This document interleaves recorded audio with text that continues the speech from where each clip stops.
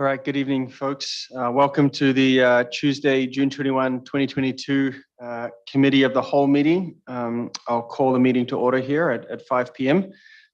Before we get started, I'd just like to start off with our land acknowledgement that we are pleased to be here today on the traditional territory of Treaty 6 and the Métis homeland.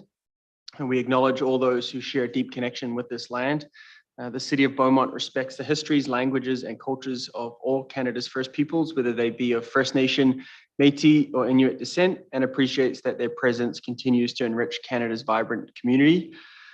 We're all treaty people, and the peace treaties bind us all. And for folks who are looking in from home, you can see that we're all wearing our orange shirts here.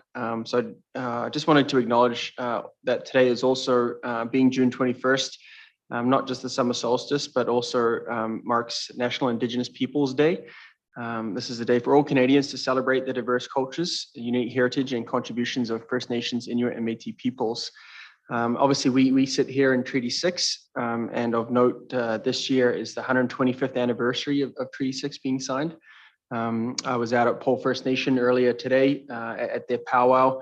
Just a beautiful celebration there. And I would just encourage my fellow council and residents of Beaumont, plenty of powwows coming up, some really exciting times. Bring your families out. I would highlight the powwow coming up for Enoch Cree Nation on July 8th, 9th, and 10th. Everyone's open and welcome to go to that. Just a lot of color and music and dance, and a great opportunity to bring the family out. So special day to celebrate and recognize Indigenous peoples here in Canada. So thank you for that. Moving on to item number 2, adoption of the agenda. Are there any modifications to the agenda today?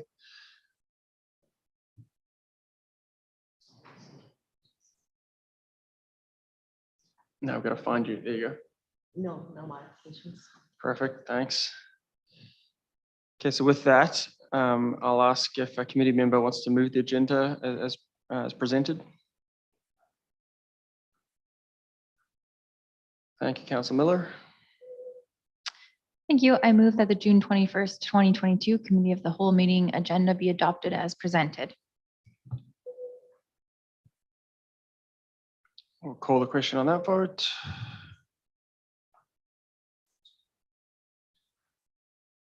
And that carries unanimously. Thank you very much. And moves us to item number 3, adoption of the minutes. If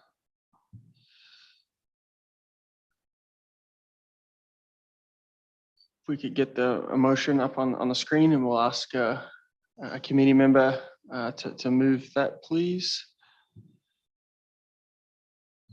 Councillor Barnhart, thank you. Thank you, Chair.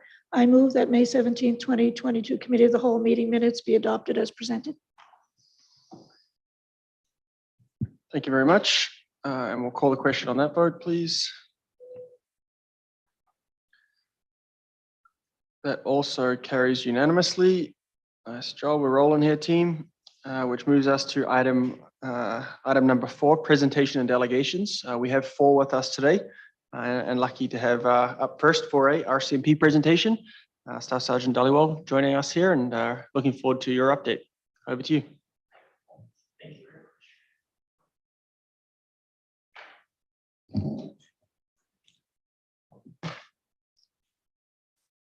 much. Item number 4, presentation and delegations. We have. I do sound like that. Sorry, that is me. I can confirm. Yeah. Over to you, Harp. Good afternoon. Thank you very much. So this is the year-end report for 2021 from January to December 31st. The statistics that I'll talk about is for the calendar year. Our fiscal year ended on March 31st. I've left the first little part is duplicate from my last report in regards to the CSI.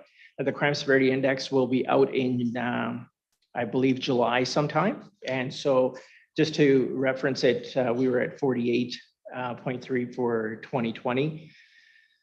And some of the contributors towards that was the assaults and break and enters, which is a duplicate there. And for last year, our crime rates actually went down pretty good. We're on page 6 of this report. So overall, the criminal code offenses have gone down. Persons crime went down by 12%, property crime 25%, and all of the others 8%. So total decrease of 18% for the last calendar year. Significant changes in property crime, which is, I believe, a team effort between the community, our municipal enforcement, and the RCMP as well. So 50% decrease in break and enters, 41 in theft of motor vehicles, and 40% for theft under as well. And I think that's where it's very important that the community is looking after their property as well, so it's more secure. For the other statistics here are just broken down into individual categories. But we'll go to the next page, and I just wanted to highlight the suspicious persons vehicles, almost the same as last year. We are trying to get our word out that everybody needs to report any type of suspicious activity. Yesterday morning, we did get a call, and it happened to be a person that had outstanding warrants from Edmonton City Police. So it just reiterates that, you know, everything is significant that the community is calling in, and we do appreciate that. The last year or the last 2 years, our mental health calls have been consistent. The ones that you see here are actually the ones that were under the Mental Health Act and folks that were taken into a hospital for their own safety and the safety of the public. But we do get more calls that turn out to be more social services calls that we deal with as well. So they're not here, but there's been a lot of calls over the last year in regards to mental health. So next page is just our organizational chart. We did get a new corporal, Andrea Hack. She's got 15 years service, and she comes to us from Grand Prairie, and before that, Comox, BC. So lots of service and lots of experience. For our community policing victim services unit, Constable Shyla Delowski has 13 years service, and she comes to us from Stettler. And that's where most of her service had been before, in general duty and also in her traffic section. So being a senior member, very helpful with the mentorship of our junior membership here. So that's very good. And especially when she's a subject matter expert in traffic, that helps out as well. And I guess just one other comment here is we've had a few long-term people that have been off work for various reasons. So everybody else has been pitching in quite a bit to get the job done. And, you know, it shows also in the crime reduction shifts that we have off hours as well, that's just proactively patrolling and also doing our offender checks.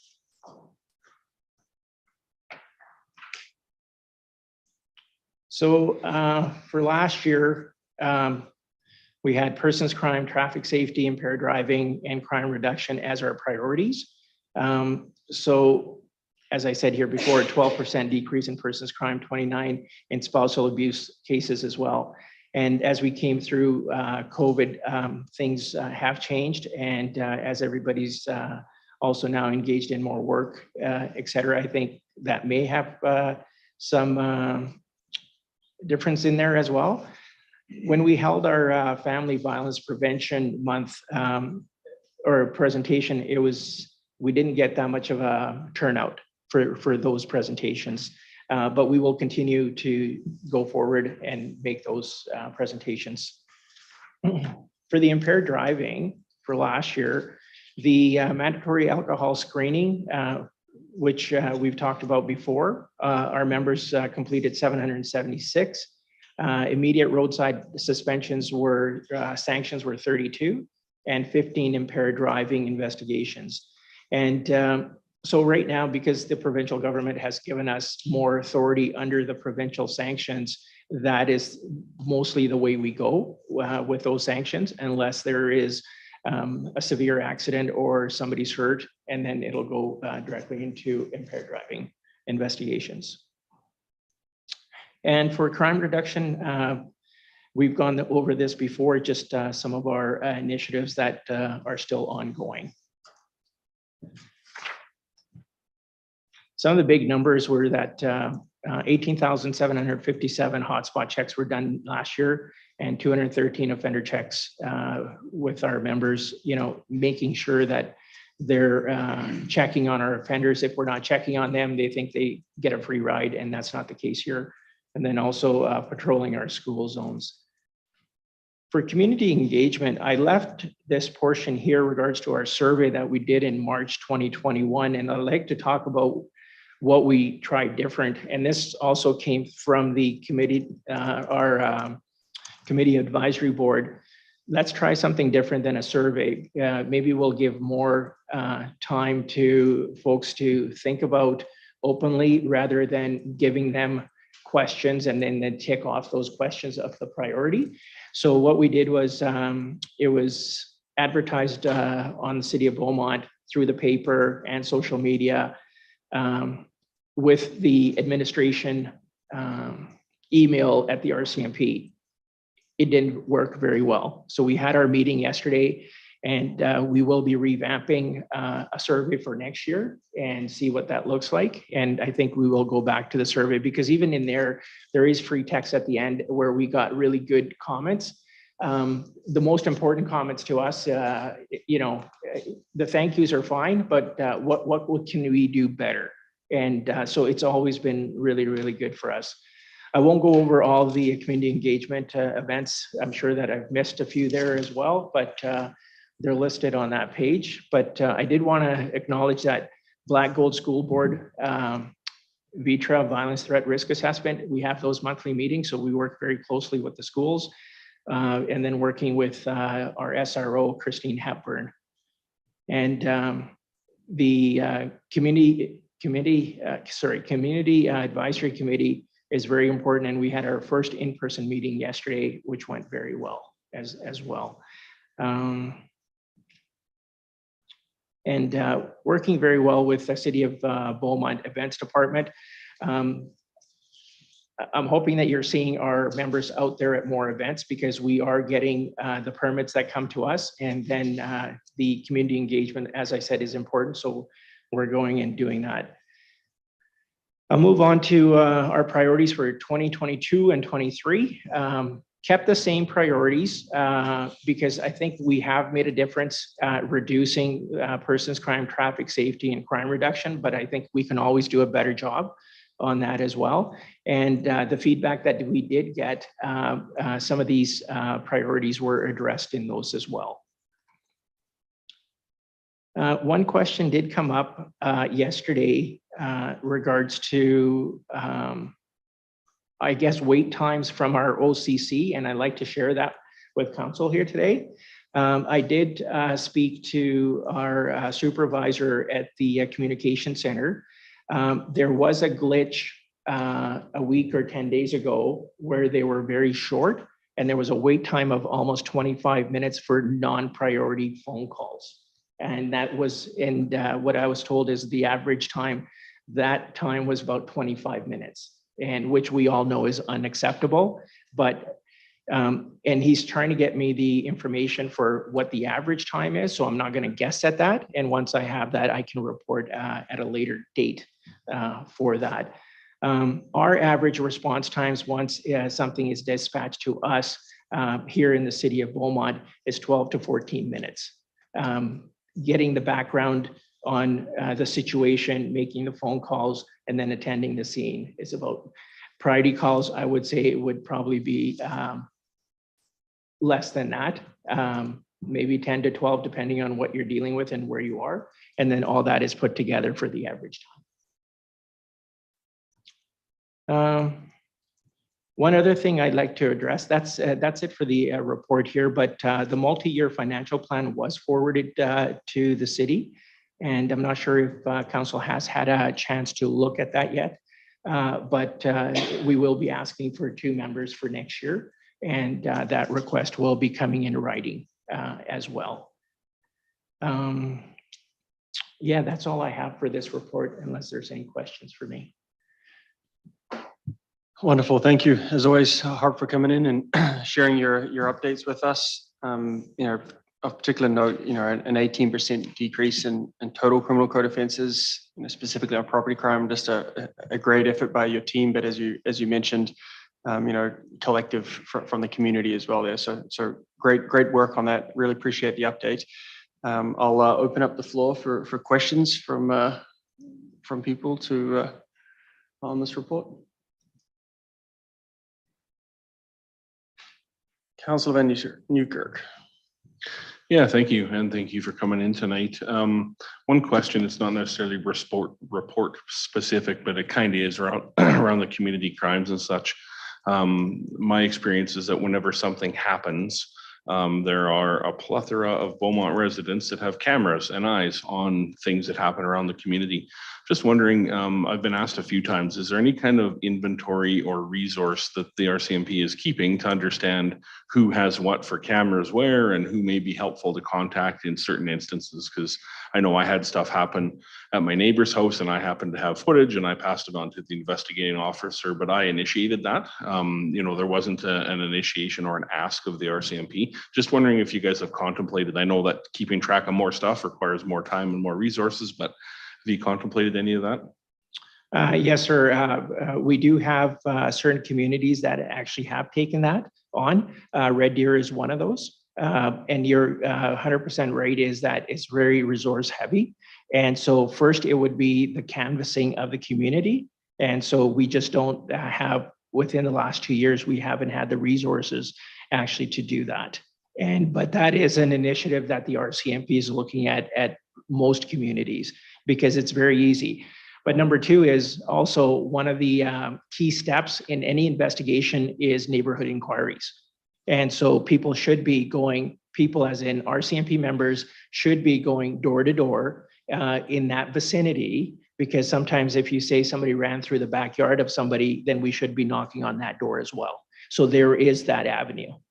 Yeah, for sure. And that's definitely the experience I had, was the reaching out and such. I just wanted to ask in a more formal forum here, just because a few residents had asked about that. So thank you. Yeah, thank you. Yeah, for now, there's nothing going forward that I can say is next month we're going to start this. I'm just hoping that our members come back and then we can have that opportunity to start canvassing areas. Thank you. Thank you, Councillor Van Newkirk. We'll move over to Councillor Barnhart. Thank you, Chair. And thanks for coming in, Staff Sergeant Dhaliwal.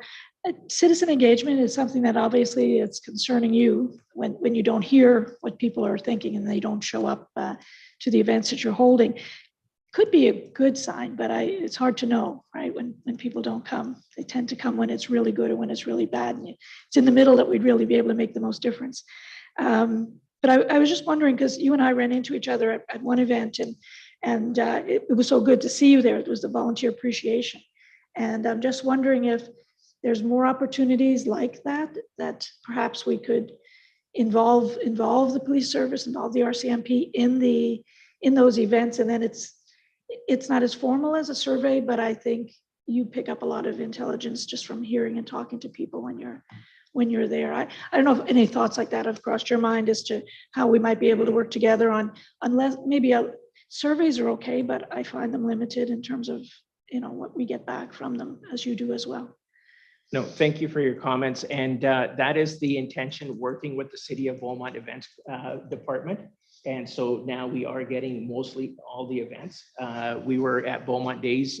We were there serving at the pancake breakfast, which was a lot of engagement as well.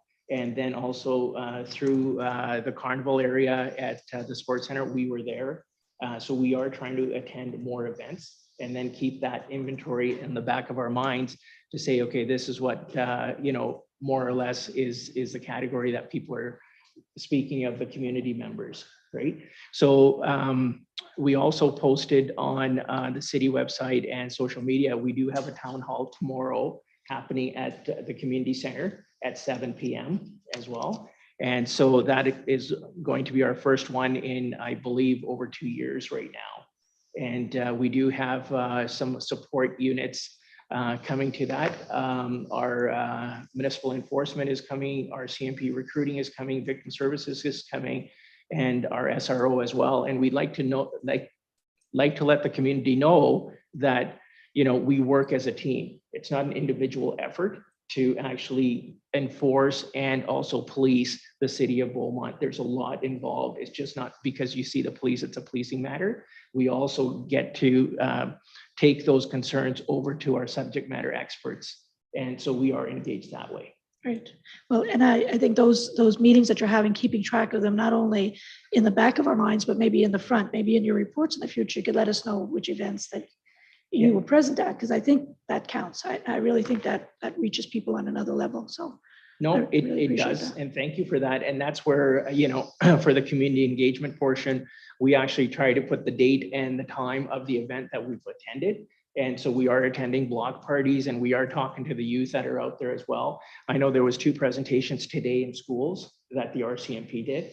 And so when you're doing presentations to students, it's also engaging the parents if they're around as well, because a lot of people don't come to the police station, but they'll engage you at a public event. That's right.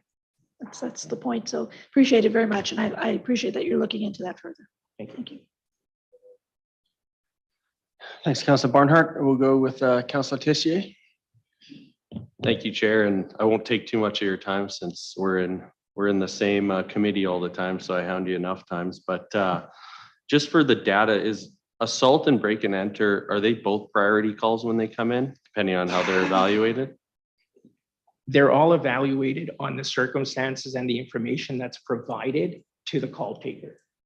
Okay. Right. And so persons crime will always take precedence over property crime unless it's a home invasion of some sort. And then that goes as a priority 1 dispatch to us. Okay.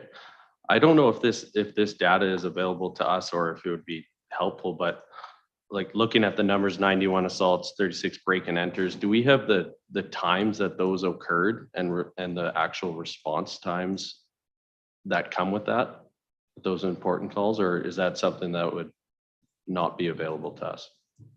I'm sure somebody has that. I don't have that, sir, right now. And I've never actually been asked that question before. Normally, when, as I said, the response times are 12 to 14 minutes. If it's something outside of that, I haven't seen in the city of Beaumont for that there's been I guess, a delayed response to a priority call. Okay, perfect. That answers my question. Thanks. Thank you. Okay, I don't see anyone else willing to jump up here. So thank you very much for coming in as always.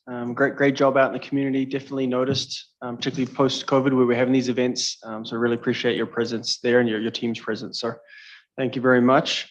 So with that, we will seek a motion here to receive this as information. I'll see if anyone, no, we'll go Councillor Tessier. You need to do some work tonight. Over to you, mate.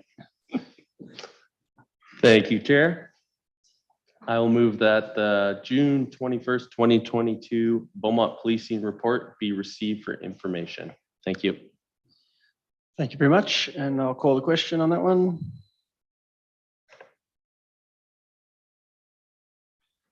That carries unanimously. Thanks. Thank you. Which moves us over to item 4B, capital projects update.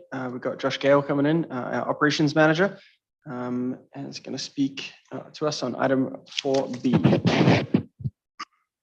Mic is on. Over to you. It's on. Good evening, Chair and committee members. So I'm Josh Gale. I also have engineering manager Poonam Gruel's online, and manager of municipal projects Ashley Amarillo is also available if you guys get stuck with just me here in person. So administration is bringing forward this report in order to provide an update on progress for capital projects approved in the 2022 budget. Also projects that were approved under the utility budget in 2022, and also project carry forwards from 2021. The intention of this report is to provide a high-level update to council on the status of projects and plans for completion moving forward. This report is focused on reporting scope progression on the projects through to the end of 2022. And just as a note, the second quarter financial report will be presented to council on July 26th So just with respect to the report, the table provided in the report includes the status and a brief update for each project. And I'm here to take any questions that you may have. So thank you. Perfect, thank you. See if there's any questions. I have a few, but any questions for Josh in front of us? Maybe I'll get us started. It's a hot day, spray park. Let's go Spray there. park, sure. So we, as you know, we approved this in December, the budget, the spray park recirculation system. The update here is it's in the procurement stage. Correct. Every time people ask about it, I say, look, we approved it at budget, and then I come here and it says we're underway for procurement. So I'm just curious around the timing, and please don't take this the wrong way, but I'm just curious, what do we do from December to June? Sure. As to, I would assume, obviously incorrectly, that we would use the winter months to go through that process and be ready. So can you just speak to how that procurement process works, the timing? Yeah, sure. So the spray park is a bit of just want to circle back on the actual budget approval for 2022 is for $25,000 to do engineering design. And the 2023 request will be for the final dollar value for that recirculation system. So with respect to that, there's also that subsequent motion from council related to spray park enhancements. So we'll be presenting that report in about a month, I think, at the next opportune time to do that. And so at that point, you'll have some information related to some different optionalities that can be paired along with that recirculation system. And it'll help guide and inform your 2023 capital approvals. Yeah.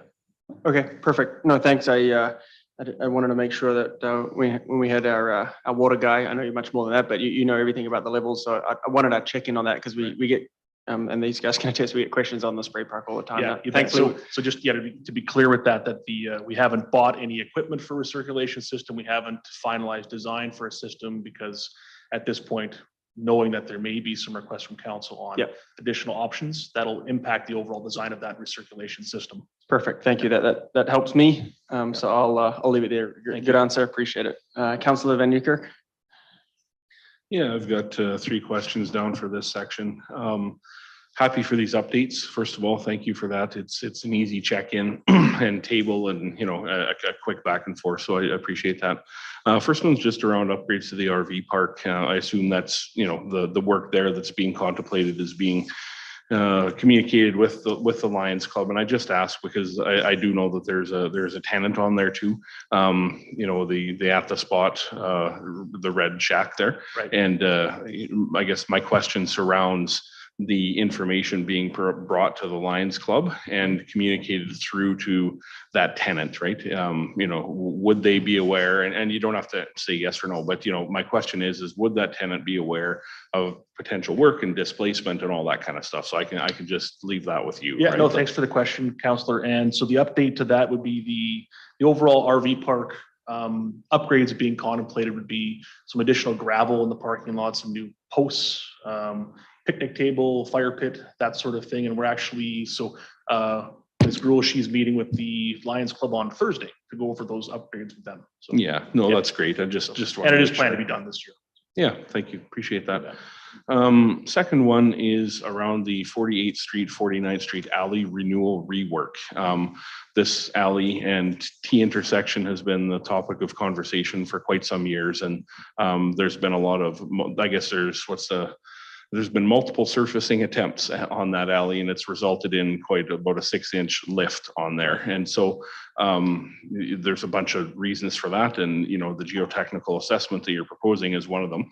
But just for ultimate clarity, so the work being done on that alley and the rework that is required, is that bill on the city or is that bill on a contractor, or what does that look like? Yeah, it'll be city work. So any of the rework that is done will be, getting back to a better grade on that, figuring out how to better prepare the bed under the preparation. It's a tricky piece. Overall, just recognizing that the work that was completed in 2021 left areas which could see further drainage improvements. That's really what's going to be the approach for that alley, will be to do more work surrounding just improving that overall drainage to the back alley. Yeah, and thanks to the city for acknowledging that and looking into it. I think the residents there will appreciate it. So, and then the last one, just a bigger picture on crosswalks. What I'm unsure is there any, as part of this plan and renewal, are there any areas where additional lighted crosswalks are being contemplated in the community right now? I know that's not a specific capital item, but they are, it may be a capital thing embedded operationally. Are you aware? Is there any new crosswalks going in? No, thanks for that question, Councillor. I don't believe within any of these capital projects is lighted crosswalks, but I do know there was a recent request, I think, a motion. Yep. For sure. To ask for a report back on completion of certain crosswalks, by the end of the year. So I believe you'll be seeing a report from that. I believe it's on an agenda coming soon to you. Yeah, no, yeah, for sure. I look forward to that report. I just wondered if, as part of any of these items, if there was a couple already being contemplated. So, yeah. No, yes, that would probably, if anything, be under transportation renewal, and transportation renewal is pretty much focused on that St. Vital neighborhood this year. So, yeah, as that's a good focus. Okay, thank you. Sure. You bet. Thank you. Just to keep with the theme here, I just wanted, you got excited when you mentioned crosswalks. Is your point on the crosswalks? Did you? Okay, perfect. So we'll go to Councillor Barnhart, and then we'll follow our regular order. Over to you, Councillor. Thanks, Chair, and good to see you again. Thank you. The question that I wanted, well, first I want to say thank you very much for all the work you've done on the infrastructure. Like our city is just growing by leaps and bounds, and it's a tremendous amount of work. So I really do appreciate that. The fields, the diamonds, the dog park. I mean, so much has been added, and I appreciate everything that's in this list. And if there's delays, I totally get why. Where I want to go is the ELCC and the SAS building, the daycare and the out-of-school care building. So those are two different sites, and the update there talks about the upgrades to the childcare facility. But I'm reading between the lines there that there's an assessment going on, and I'm wondering, is the assessment of both spaces, one space? Is there a possibility of looking at other options for those facilities? Like, just if you could fill in between the lines there, I'd appreciate it. Yeah, so some context around the ELCC it would be the daycare providing services want to expand into the basement. They wanted to have additional childcare room in the basement to allow for additional children and growth. However, the daycare had never actually received occupancy permits related to that. Over the course of the 30+ years that building's been used in that purpose, there was never actually a building permit explicitly allowing for daycare operations. So we pretty much had to start from scratch and redo architectural assessment on the building, and then create new plans, new blueprints, and then submit them to planning and development. So that's the process we've been through the last several months. We had to hire an architect, come in and do mechanical, electrical, and structural drawings, propose solutions, and then work with the city to get those into the application. So we have made the application a week or so ago. And that's now with planning and development reviewing those drawings, and we're hopeful that there will be an approval to that. Overall, the scope of the ELCC is relatively minor. There was always concerns about having to redo fire systems or put an elevator in, that sort of thing. But we think we have a plan that will provide for occupancy in that lower level for childcare, daycare services without having to do substantial structural modifications. So, and so that's the ELCC. SAS is a bit more early in its assessment. Just with our resources, we focused on ELCC first.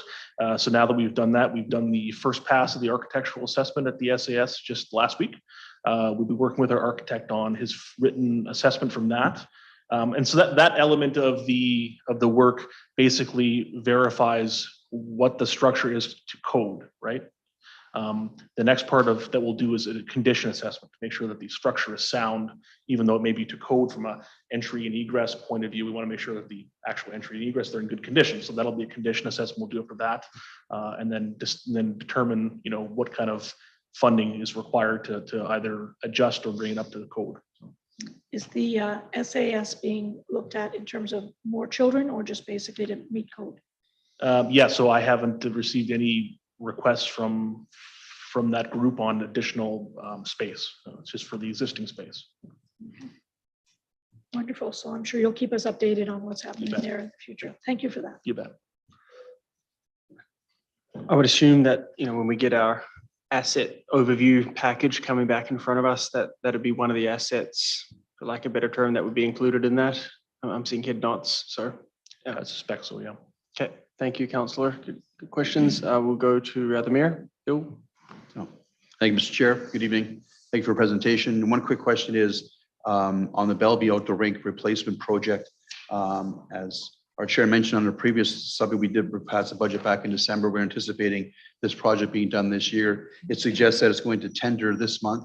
And does the tender include a proposed completion date as opposed to late 2022? Being a rink, nice to have it available for the winter season, which starts anywhere from September. Sorry, I'm just kidding.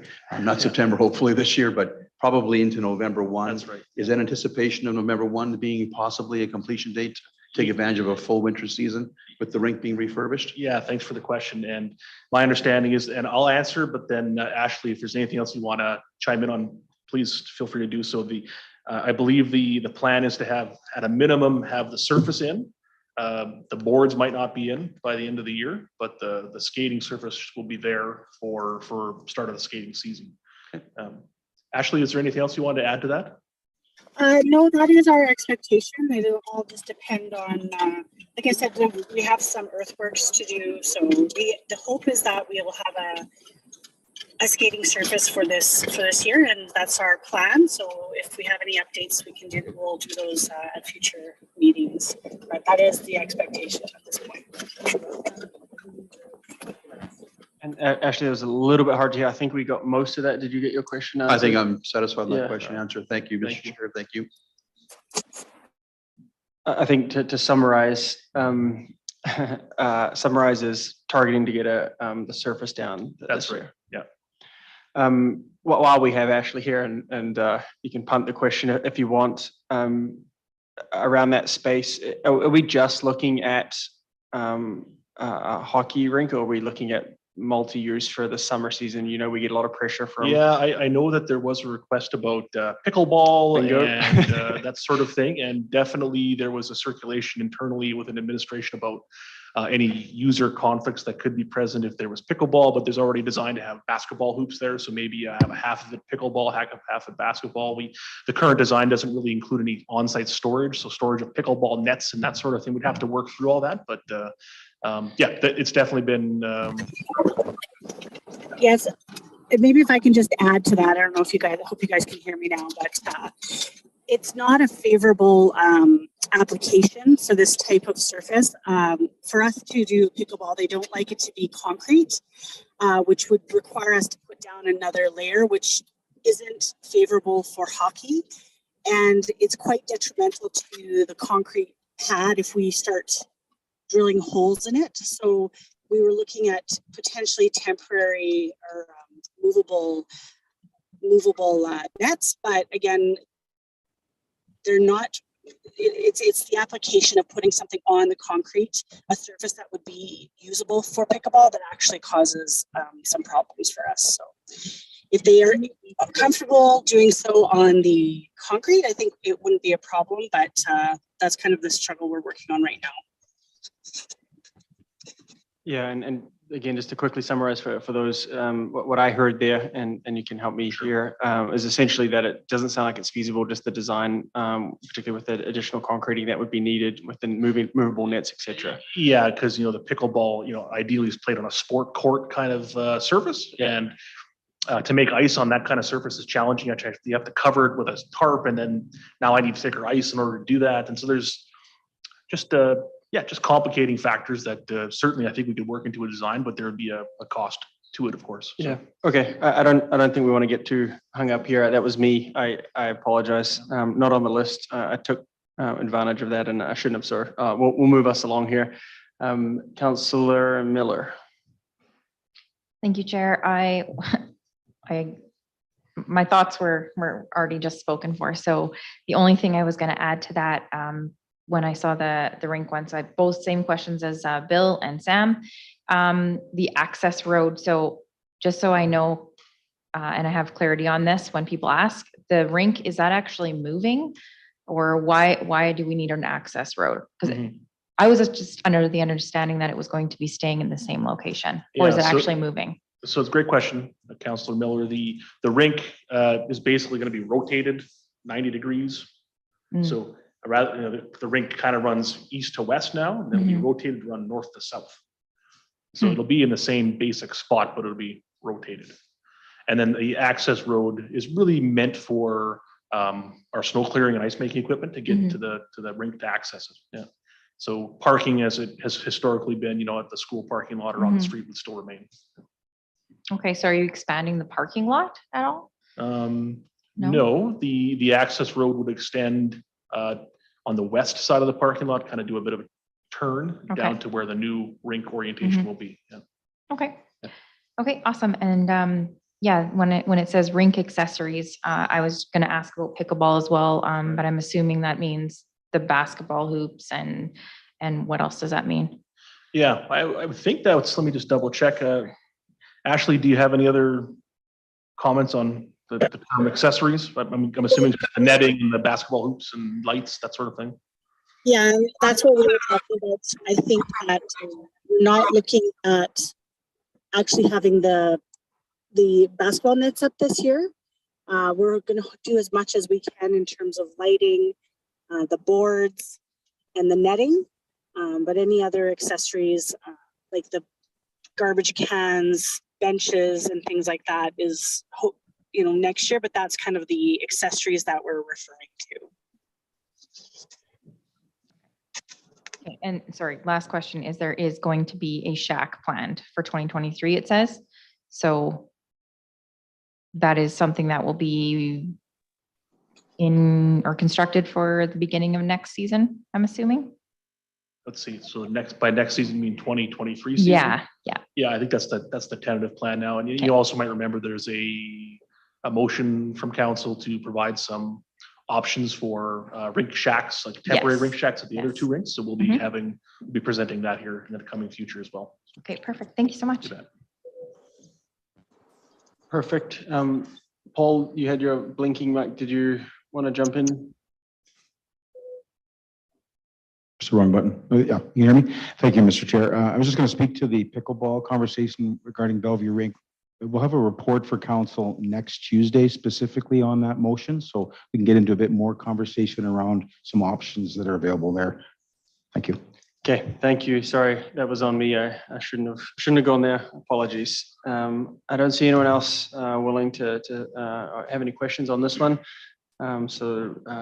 We'll bring up the motion there for 4B, the capital projects update report be received as information. The mayor is trying to earn his keep. Off you go, mate. Thank you, Mr. Chair. I move that the June 21, 2022 capital projects update report be received for information. Thank you. Thank you. And we'll call a question on that one.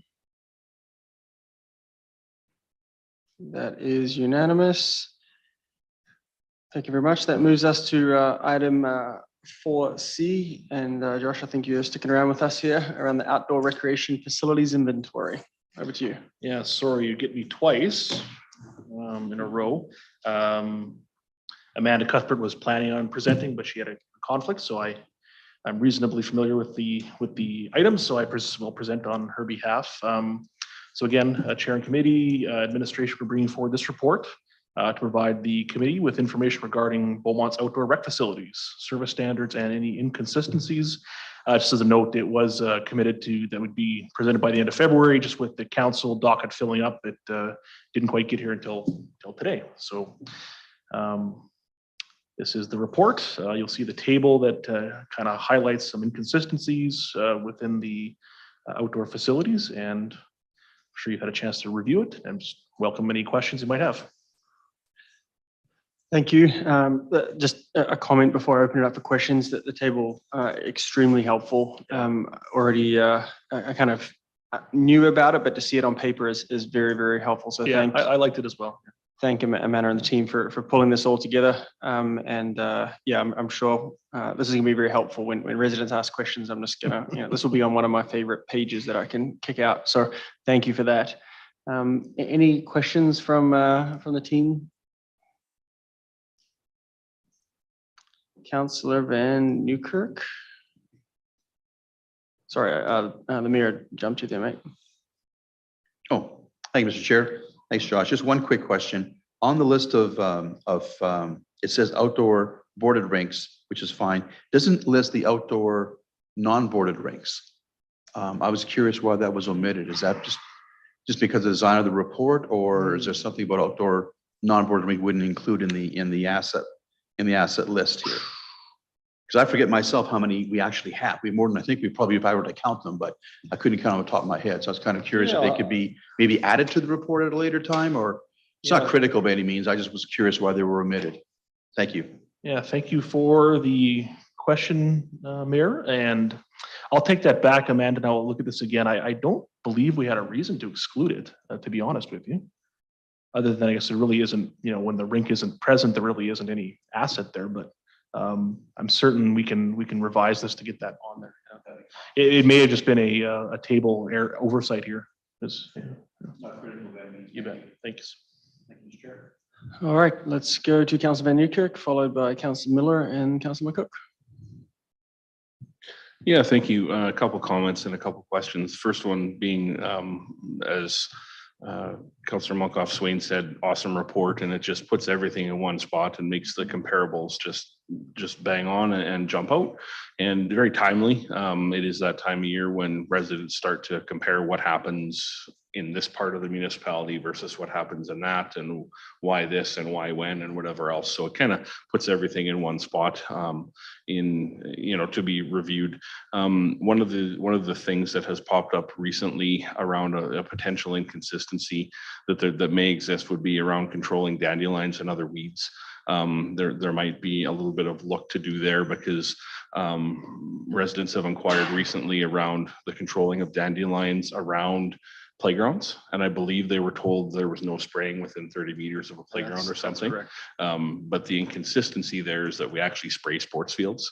So if we're actually spraying a sports field, but then we're not spraying it around equipment, that is quite an inconsistency there, because we're spraying a field and then kids are on it, and then we're controlling weeds up to and around a playground, but then we're leaving a buffer in between. So the one we're spraying and they roll around on it, and the other we're spraying up to 30 meters, whatever. So I think you understand where I'm going there. So that was just actually brought up to me here in the last couple of weeks. So I didn't know that. I looked into it a little bit myself. So here we are. Bigger picture question is what will be done with this report, and where does the information go from here? Does the rec master plan help us prioritize what we do with this and when and timing, or are we going to need to reprioritize some stuff? What does that look like? Because there's a lot of information here, and there's different implications on how we might act based on this information. Yeah, thank you, Councillor. So just to address your first comment, I completely agree with your concern about there being a bit of a disconnect on service level expectations and application with related to weed management, and how could it be that the park and a playground could be applied differently. So actually we were just talking about this unique issue within the way our procedures are set up here just today, and we think that there's an avenue where we can do a little more progressive approach towards parks, as long as people are understanding we may have to close parks briefly, for a day or two to let the weed control do its job. So we'll be looking at options to make that happen, so we can, because I think that there's a balance there, a competing pressure on open use of the park space versus the weed issue. With respect to this report and how it would guide the rec master plan, Mr. Suter is here. Was there anything you'd like to add to that? Well done. Well done. Well played, Josh. Thank you. Yes, certainly, Councillor Van Newkirk, the master plan is definitely a document we would look at for future planning, and as well as the Rec Advisory Committee comes into play there as well. Internally, Recreation looks at things we've heard throughout the year. It looks like some of the stuff we've learned from our user group meeting we held maybe 6 weeks ago. I can't remember exactly. where we heard specific requests for both capital items as well as service standards for sports fields and whatnot. So we combine all that, and then infrastructure will do their internal planning. The two will come together, and we would make recommendations for next budget cycle if we're looking for capital improvements, amenity enhancements, or service level standards to change for these particular fields. Thank you. Yeah, thank you. I think that's bang on. And, one of the reasons I bring that up is just, it's for that answer, right? Like the community planning isn't happening with blinders on, right? Like, there's a master plan to rely upon, but then there's different avenues for feedback from user groups that we've created and, looking through all of that. So thank you very much. Yeah, I think I agree with your point in the sense that just because we have a discrepancy and not all soccer fields have bleachers, well, we may never have all soccer fields with bleachers because not every soccer field, has a need for that sort of thing. But ultimately, like Mr. Suter mentioned, yeah, making sure that they're all consistently applied as the planning, comes to fruition makes a lot of sense. Right? Yeah, if there's an addition or a deletion, it's because we've decided that, not forgotten, right? Like that's the idea. So thank you. Thank you, Councillor. Go to Councillor Miller here. Thank you. Just one note that I see, it says that the 1 of 3 have lights for the outdoor boarded rinks.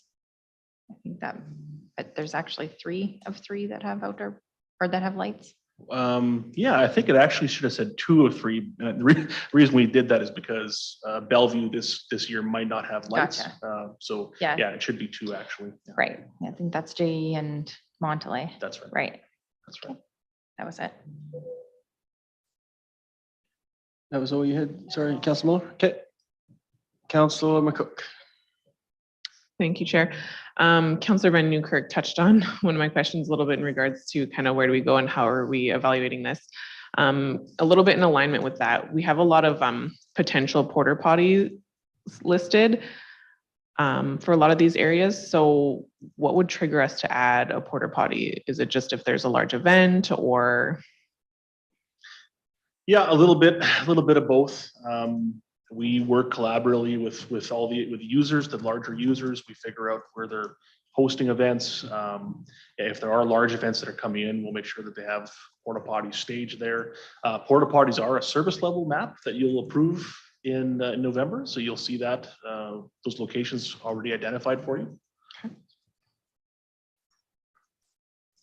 Perfect. Thank you. That's it. All right, Councillor Tessier. Thank you, Chair. And yeah, thanks for the tables. This is awesome. A question on the porta potty. So the artificial turf field, there's one there right now. Is that because of the construction of the turf field and it's just staying for the remainder of the season? And then we would have to approve for it to come back? Yeah, so well, there's a couple of things there. So the Four Seasons concession also has a bathroom built into it, and it's quite near. So we have been discussing whether or not we want to see about just making that facility just be open during the football season or not. So that may or may not happen, but you're right. Yeah, so we would place porta potties on the map that you'll see in the fall to approve. Great. Yeah, just being there with all the young kids, there's just people flying across the field all the time using it. So I was just interested to see if why it said potential there. And then there are, I know the table says no to scoreboards, but there are 2 on either side, just a small note. And then I don't know if it goes here, but would the spray park also be under here for like sweeping, or say, we get lots of complaints on there's glass broken or right, how it goes there. How does that schedule look like for the spray park? Yeah, the spray park's a bit, well, it's a unique asset. There's only one of them. So we don't really have a service level unique for that. We kind of really more treat like a playground structure. So we do daily inspections and daily cleanup out there. And then of course, during the season when the toilets in service, we have cleaning staff to go out there daily to do a clean there. But yeah, that's how that works. Perfect. And if something does happen in the spray park and it requires like glass cleanup or a major cleanup, best to just tell the residents to call the city or put a service request in is the best. Yeah, well, we're through there every day. To do an inspection every day. Okay. But certainly if somebody, it's possible that our folks miss something or it happens immediately after they're through, but yep, a service request would do it. Yeah. Great. Thanks a lot. Okay, I think we've cleared the board. Josh, thanks for coming in, 2 for 2, hit it out of the park. So thanks for that. We'll bring Thank up you. a motion here to receive this as information.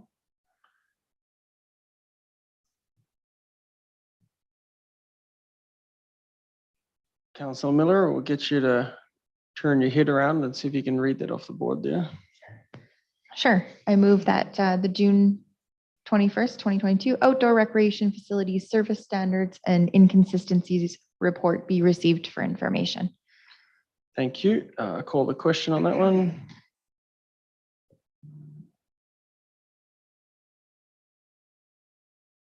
There we go. That passes unanimously. Thank you very much. You may go enjoy the rest of your day. Thank you, Josh. Which moves us to item 4, the most exciting item we've had in some time. Ms. Bouget is going to come up and present, or maybe from there, a review of the meeting procedures bylaw. So I'm sure everyone's tuning in for this one. Yeah, sure. Yeah, exactly. All right, Sandy, over to you. Great report. Looking forward to hearing some more on it. So let's go. Thank you very much, Mr. Deputy Mayor. I'm so glad that for your last role in the chair as Deputy Mayor that you get to do this report. I feel privileged. So good evening to all members of the committee. I'm Sandy Bouget. I'm the Director of Legal and Legislative Services, and I am genuinely pleased to present this report on the meeting procedures bylaw. As the committee will recall, we have been working on a review of the bylaw and preparing a redrafted new bylaw. There are several objectives for this review. We want to ensure that council's meeting procedures reflect best practices. We want to support the efficient use of council's time and municipal resources. I'll also note that this meeting is moving swimmingly along, so that's great. We want to ensure that council meeting procedures enable both council and the chief administrative officer to address governance priorities and legislative requirements. And we want to provide all stakeholders a user-friendly, plain language, as much as possible, set of procedures. At your April meeting, the Committee of the Whole received an overview of the recommended changes to the bylaw, and there was some input and questions asked at that meeting. Today's report is a lot more in-depth, but it gives the committee an opportunity to give feedback on the entire draft of the bylaw. To help facilitate this review, the report had 3 attachments. Attachment 1 is probably the most useful attachment because it highlights the changes from the current bylaw to the new bylaw. Attachment 2 gives you the full draft of the new bylaw. And again, I'm going to emphasize it is in draft. And attachment 3 has the current bylaw there for comparison's sake, really. I'm going to spend a little bit of time highlighting the main changes noted in attachment 1. And of course, I will welcome your comments and questions. I promise I will not belabor it. I know you all had the ability to review this. We are not rushed on this project. So we do have time earmarked at the next Committee of the Whole meeting if we need it. If the committee says, gosh, we love this bylaw, we are down with this bylaw, we can just then move it to council to have it considered for readings. So just to start off with sort of the structural changes, the bylaw is really reorganized and resectioned so that there's more of a logical flow to the sections of the bylaw, and that should hopefully help it be more user-friendly. The language is updated. It's a little more plain language. We are dealing with legislation, so sometimes you can't escape some of the legalese, but where possible, we try to make the language a little more clear for our users. We've also added marginal notes to assist the reader in locating specific portions of the bylaw. That'll especially be really helpful in the motion section because, you know, when you want to know about a particular motion, it's nice to have them all listed there. There are a lot of housekeeping changes that I'm not going to go into a lot of detail on. There were some sections in the current bylaw that are just simply removed, either because they're not needed, they're repetitive, they're well documented in the MGA, or sometimes because they weren't quite in alignment with the MGA, so we should really do away with them.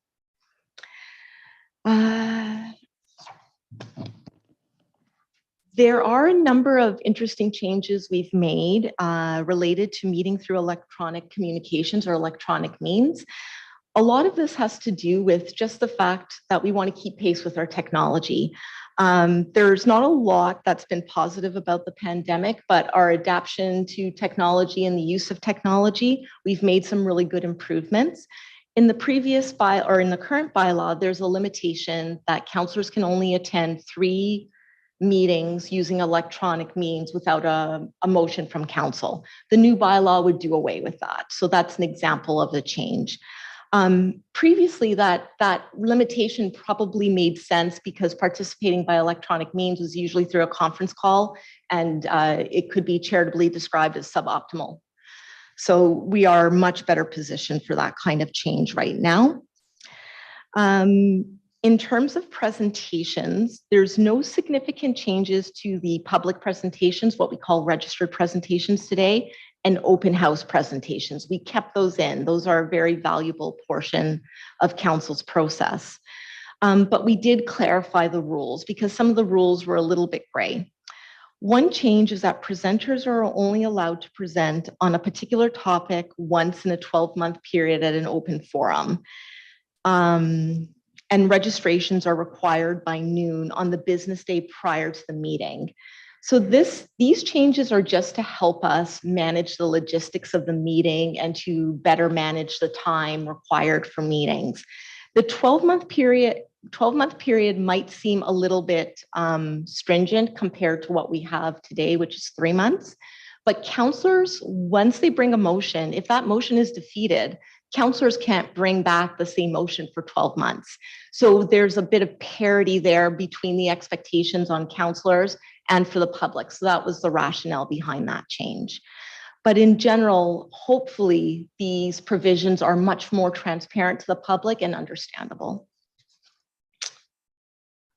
The other section that I'm going to spend a little bit of time talking about is the section on motions. This is part 5, starting at section 59 of the new bylaw. This part provides a lot more detailed guidance on motions and instructions for each type of motion. The current bylaw unfortunately lacks information or instruction on the various types of motions. The proposed bylaw deals with typical motions, such as the motion to receive, amend, or withdraw, but it also provides clarity on some of those more trickier motions that you don't use all the time. So that's rescinding, renewing, amending something previously adopted. It's very helpful to have that information at your fingertips, or at least I think it would be helpful. This section identifies the limits on debate for each motion, as well as what type of vote is required to pass a particular motion. There are a few motions where you impact the rights of council as a whole, and you need a higher threshold vote. So that is all detailed in the section, and that way it's all very clear for anyone who uses this bylaw. The notice of motion section, this is probably a really important feature for members of council. Here too, the requirements are clarified. It's not significantly different from what we have today. The language is just cleaned up.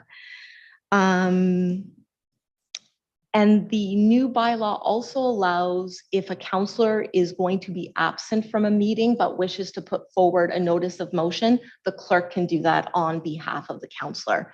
The notice is just reading into the record what motion will be coming forth.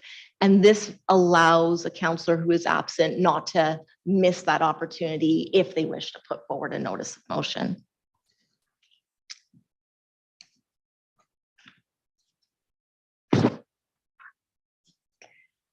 I'll just comment on committees and boards. We had this sandwiched into our procedures bylaw. We will be developing a new boards and committees bylaw that will be standalone and deal with that in a little more wholesome manner.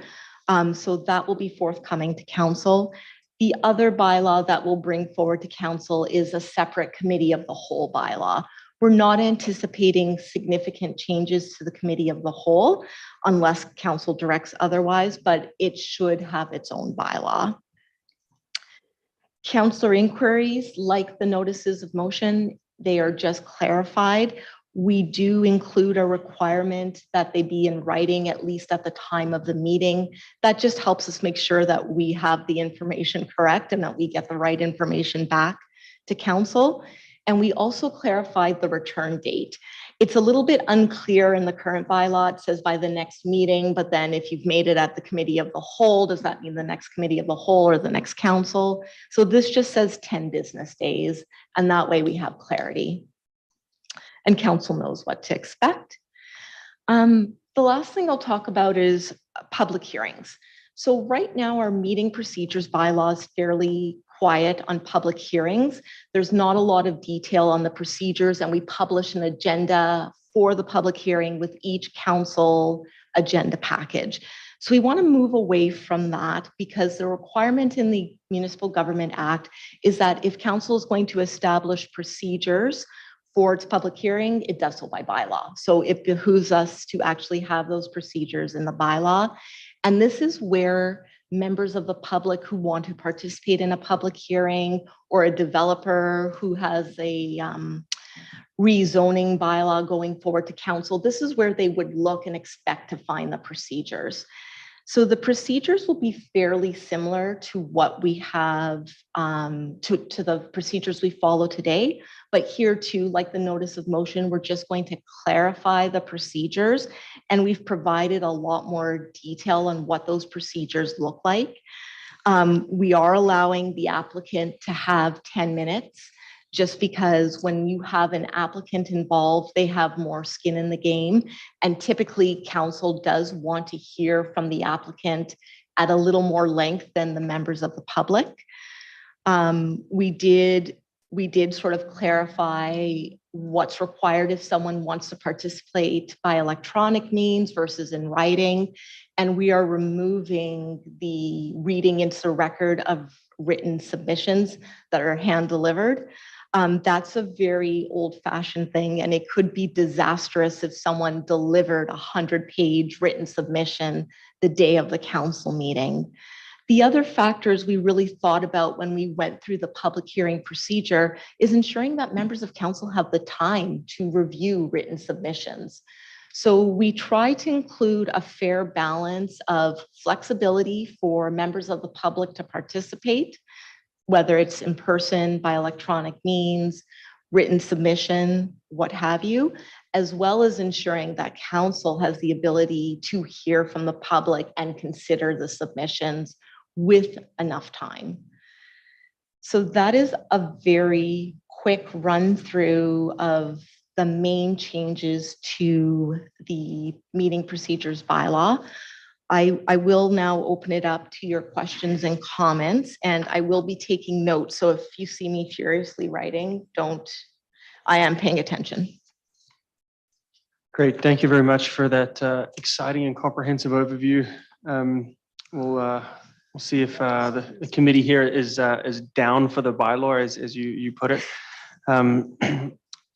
A couple of comments, and I'll get to the questions here from me. I really appreciate the acknowledgement around electronic meetings. I think that's a big update. I'm not sure how much we followed that last time, so good to reflect the times we're in. And the only other comment from me, I'm surprised that we didn't name the notice of motion after my friend Councillor Tessier here. Maybe he can get an honorary mention in that for how many he puts in. But, and speaking of Councillor Tessier, he's up first, so we'll go to him. Thank you very much, Chair. You're sure enjoying your last meeting, I see, so that's good. Just a quick question on public presentation. So open forum, you get 5 minutes. You can be one person per topic.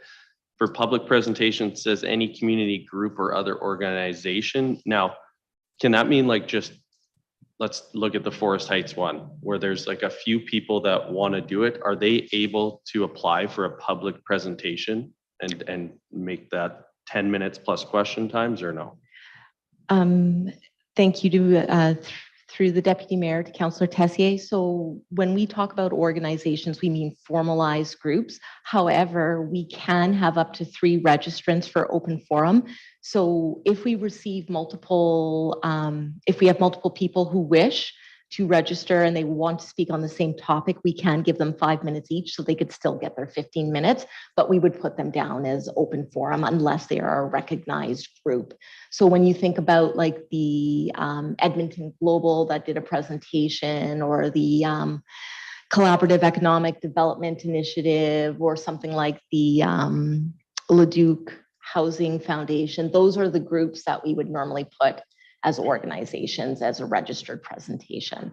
But we do have means of giving non-formal groups more time by having multiple speakers. Perfect. That answers my question. Thanks. I see a bunch of lights up here. I assume the open forum is going to be a topic that a few people want to dive into. So I'd want to keep on that theme. Did you want to touch on that, Councillor Miller? Councillor Barnhart, were you touching on that? Yeah, I just want to get through that one because I think that might be, so you're next on the list. So Councillor Miller, if you don't mind, we'll come back to you and go to you, Kathy. Thank you, Chair, and thanks for trying to organize this because there's a lot of information here. And I'm learning from you because I have to do this after you, and I'm like, oh my God. Just be mean But to I'm Renee. glad this is happening now because I think it's good to get this one done before I have to take the chair. On the open forum, so my understanding is that they have to register is the meeting procedure the day before. Noon the day before, I think that is. So it says to the clerk no later than noon on the business day before the meeting. I mean, my comment is, I understand it. My comment is, how open is that? Because I'm thinking that there could be people who show up, hear the conversation, and would like to speak to council.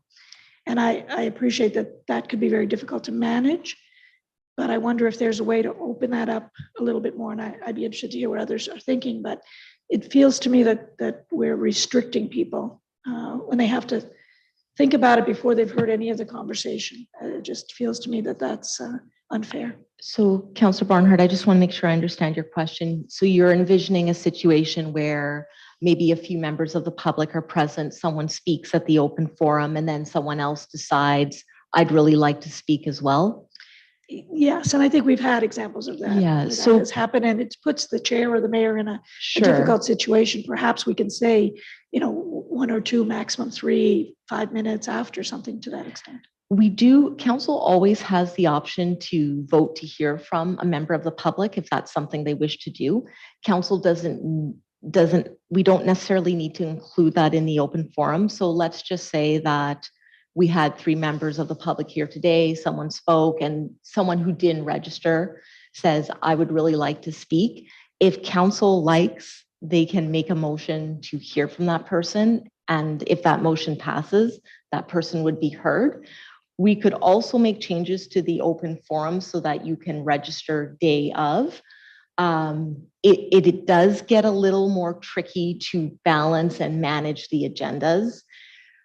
Right now we have day of. So we try to add a little more structure without going overboard. So that's where we landed, but this is council's procedure bylaw. And if council says we would rather allow people to register at the meeting, as long as there's not already 3 registered, we can do that in the bylaw. And that's what I'm familiar with. And I think it was the city of Edmonton that was doing it that way, where they had the clerk was available at the beginning of the meeting. If anyone wanted to speak, they could sign up. So it wasn't like right at the moment, but it was before, during the meeting. And I'll see what others have to say, but I would appreciate that freedom. Thank you. I've still got Ash and then Kathy to come back to your other 3 questions, but just to close off, Councillor McCook, you'd mentioned that you wanted to jump in on the open forum piece. I'll go to you.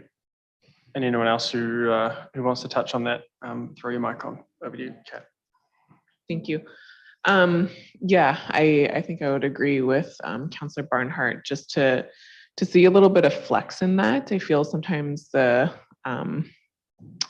while I understand we need a little bit of structure, to keep things moving along and to not have some mayhem happening, but just a little bit of flex in regards to people wanting to speak in the moment. And then I think Councillor Tessier clarified they are able to speak a little bit longer if we allow them to, correct?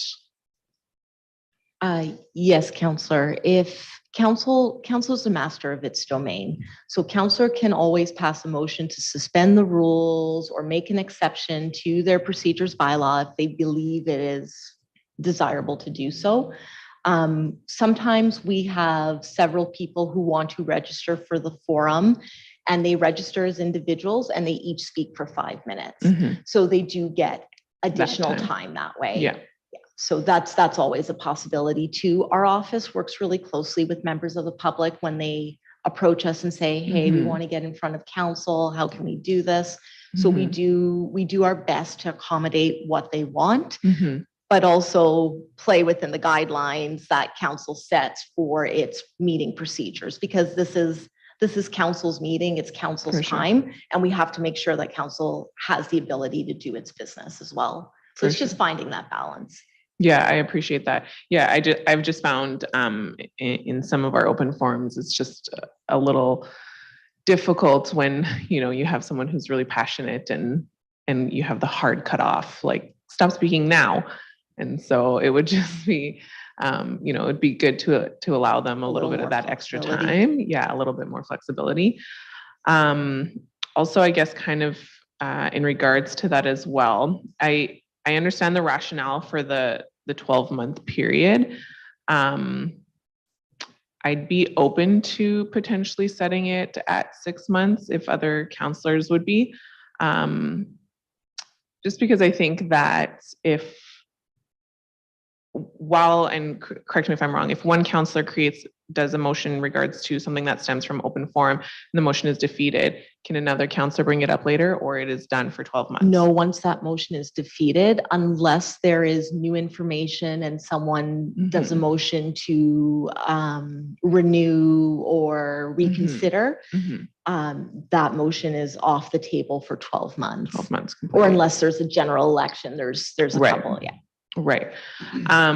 So just my thought around that was if it is brought up, you know, 6 months later, then that gives counselors time to maybe consider it, think about it, if there is potentially new information, and then with the understanding that they still can't bring it up 12 months later, but potentially that brings in more confusion. I'm not sure, but I just thought I'd throw that out there. Absolutely. Council can really, you know, this is council's procedure bylaw.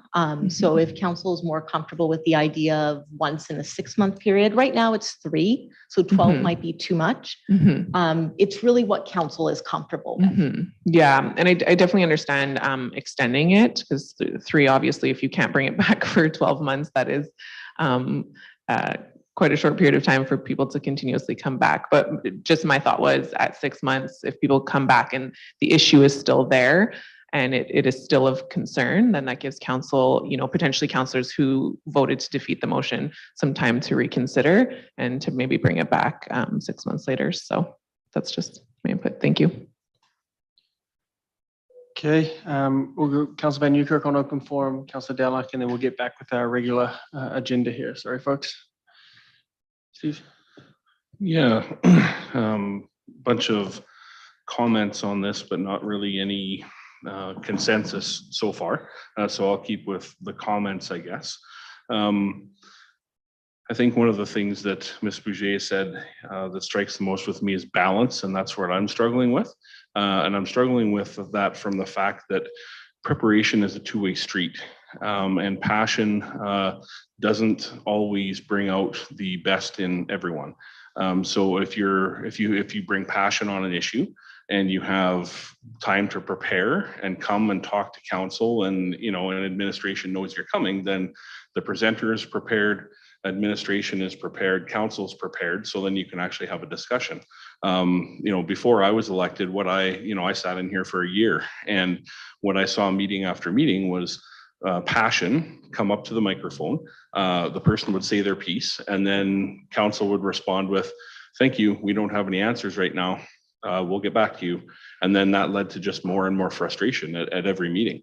And I witnessed it for a year in here. So when there was a notice put forward, I think that, that strikes one down in the openness and transparency, view of some residents. I get that. But at the other side of things, then a prepared individual comes and talks to a prepared administration. And then perhaps there is a little bit of, informed dialogue that can go back and forth. So, that's my comment towards giving some kind of notice. Now, whether it's day of or day before, I think the flexibility instead of day before, I think the flexibility that might be more easily provided would be day of, and that's striking some kind of a balance there. But I believe a prepared presenter and a prepared administration and council is probably going to tackle an issue in a more positive way from, some kind of outcome. So that's kind of my comment on that.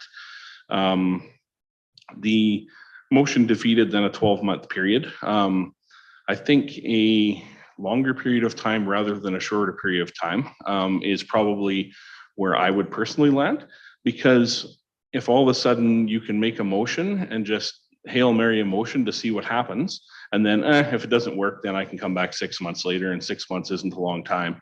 I think if there is that 1 month or 1 year period, that again comes back to planning. Perhaps there, you need to do your homework, you need to get organized, you need to present your thoughts, and motions that are defeated hopefully are defeated in an informed manner, and motions that are brought forward are hopefully brought forward in an informed manner as well. So so what I'm saying is it's a two-way street on motions and time, and I would favor a longer rather than shorter, whether that's a 3 now and we change it to 6, that does check a longer, or it's a year, or whether we decide it's 8. So those are kind of my general comments. At this time, I'm not gonna suggest one way or another. I'd like to hear what others would say. The one piece that hasn't been asked about in this is actually line 131. And in there it says open forum presentations may be about any topic within council's jurisdiction except for matters related to the subdivision and appeal board. I missed it. Is that a new entrance in, or has that always been there? No, Councillor Van Newkirk, that is in the current bylaw, and the reason for that is the Subdivision Development Appeal Board is a tribunal that's set up by council to hear particular appeals. So that authority is delegated to that body. So it would not be appropriate for someone to bring a dispute that's going in front of the SDAB to an open forum. Council would, the advice from your legislative and legal services would be not to hear that topic, because that's to be decided by a different body. For sure, yeah, I understand that, and I wonder, and I can't remember clearly, but I wonder if some of that has snuck in the past with recent issues that have been in front of the subdivision appeal board, because those issues tend to be full of passion, right? And so residents are using any means possible to get in front of council, and then when you take that away, there, the honesty, open transparency flag starts to get waved again. And I'm not speaking down to that. I'm just saying that's what happens. So I think we'll just have to be very diligent. Like, I agree with that there. I think we'll have to be very diligent to make sure that doesn't sneak in. So that's the other, and thank you, Councillor Van Newkirk. That's the other reason why having a little bit of advance notice really helps us, because we can find out what the details are, what the subject matter is. It can be very tricky if someone says, hi, I'm here to speak about X, and then the next thing you know, they're talking about something that's the subject of the public hearing that's coming up in 2 weeks.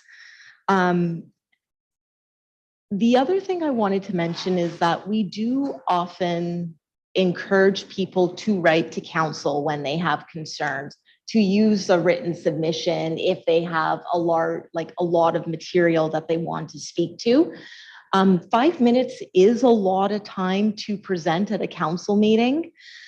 We could extend it to 10, but there are times where people come in they're frustrated with the situation and they may want to yell at council. And I know that's part of the job, but it is worth sort of thinking about that too, as you sort of wade through and sort of determine what's the right amount of time for this body, knowing that you can always, as the body, decide to extend someone's time if you choose to do so.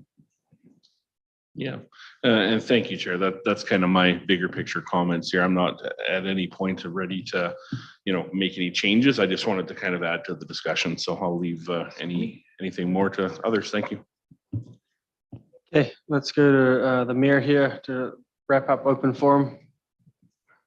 Thank you, Mr. Chair. Appreciate that. I guess I'm sitting here just sort of thinking about the open forum registration period. I know right now it's the day of.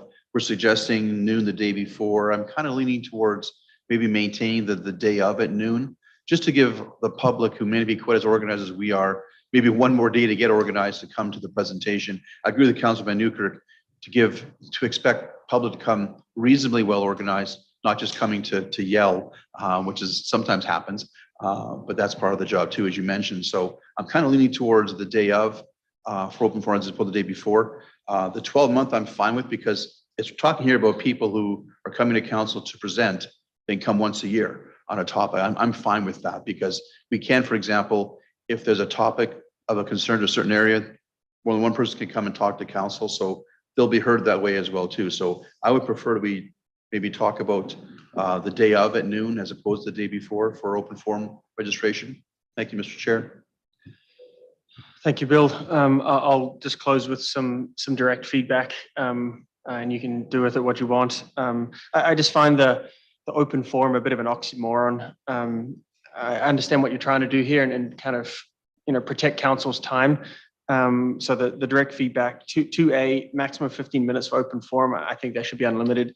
If there are 6 people who want to come and talk to us, then we should allow that, and we just need to we need to recognize that.